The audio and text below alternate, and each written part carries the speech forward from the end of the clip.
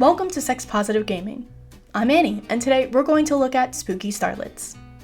This deck-building Monster Girl-themed game is available for PC on Steam and their Patreon. One of the most exciting things for me with early access titles is seeing how a game changes and evolves through its releases. Development began on Spooky Starlets in 2019 with a Steam release at the very end of 2020 and 2 major updates in 2021. We've seen expansions to the plot as well as a massive overhaul of the gameplay mechanics in the latest build. The premise of this game is pretty simple.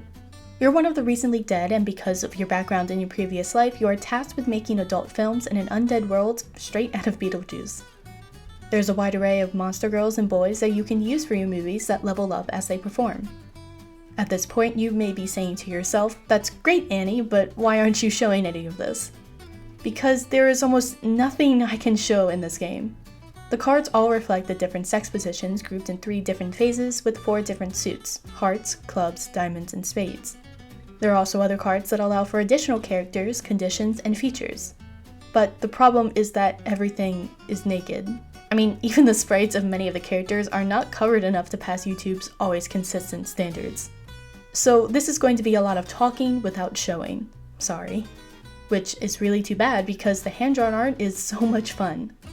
There are basically 3 parts to this game. The story side, which develops the plot, has voice acting, and uses the sprites.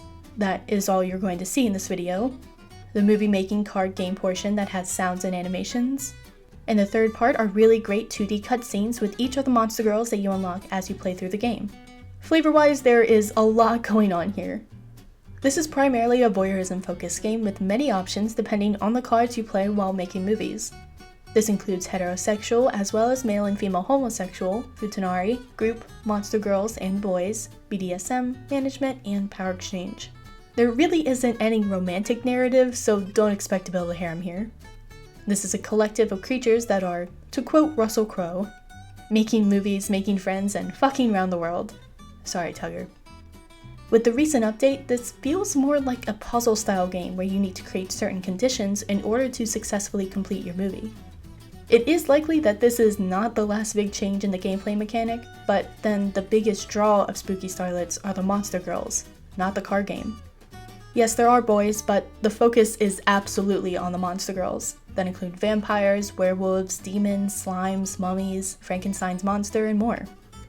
So if you're looking for an irreverent, voyeuristic Monster Girl Odyssey, I highly recommend picking up Spooky Starlets.